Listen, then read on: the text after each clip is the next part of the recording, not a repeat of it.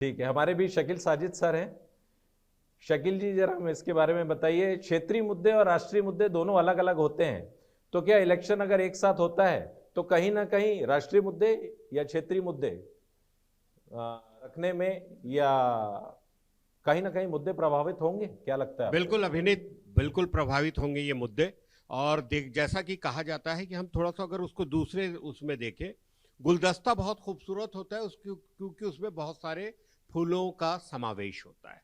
सरगम बहुत मधुर है क्योंकि उसमें 7 सुर हैं। इंद्रधनुष बहुत शानदार है, बहुत इंद्रधनुषी है, बहुत अच्छा दिखता है, आकर्षक है, क्योंकि उसमें 7 रंग है। हमारा देश भारत भी विविधताओं वाला देश है।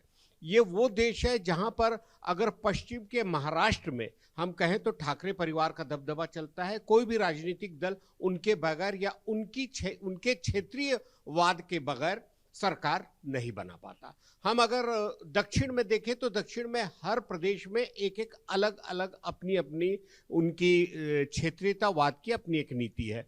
बंगाल में भी देखें तो कांग्रेस से अलग होकर भी ममता दीदी अपना एक क्षेत्रीयतावाद उभार के बहुत तेजी से आगे आई। इसी तरह नॉर्थ ईस्ट और दूसरी जगह पे मैं छत्तीसगढ़ के संदर्भ में ये बताना चाहता हूं कि अभी बहुत सारे लोग इस बात की बात कर रहे हैं। हमारे बीच एक ऐसे व्यक्ति बैठे हैं, सच्चिदानंद उपासने जी, जो उनका पार्टी में योगदान बहुत शानदार रहा है, पूरे परिवार का योगदान रहा है। उन्हें बाद में टिकटें इसलिए नहीं दी जाती कि उनकी अब मैं ये इसको बहुत ज्यादा नहीं बोलना चाहता हूं क्योंकि वो बहुलता में नहीं है।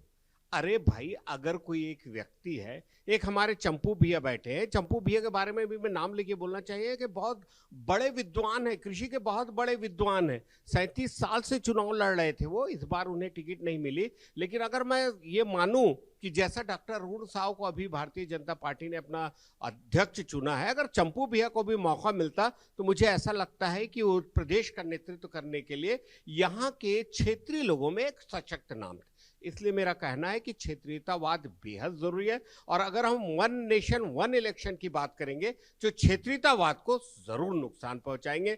और मेरा प्रदेश छत्तीसगढ़ जो है, ये सरगुजा और बस्तर के रूप में आदिवासी हितों से जुड़ा हुआ लोग है। इनकी अपनी एक अलग शानदार संस्कृति है। हम इस तरह की बात करके विविधता को नुकसान पहुंचाते हैं। और इस तरह की बात करना, जहां तक खर्चों की बात करना है, तो हम खर्चों के बारे में ये बोल सकते हैं कि हम कभी भी 60,000 करोड़ का हिसाब नहीं दे पाते हैं। तो हम ऐसे खर्चे की बात मत सोचे। लोकतंत्र सबसे ऊपर होता है और खर्चे होते हैं। चुनाव कराएंगे तो खर्चे होंगे। हमारे लिए बड़ी खुशी की बात है कि आज भी हमारे पास अमेरिका से ज्यादा अच्छा जागरूक लोकतंत्र है। जब पिछले बार डोनाल्ड ट्रंप ने चुनाव हारने के बाद सत्ता के हस्तांतरण से मना कर दिया था, और यहां इमरजेंसी के बाद भी सत्ता का हस्तांतरण बड़े अच्छे तरीके से हुआ था।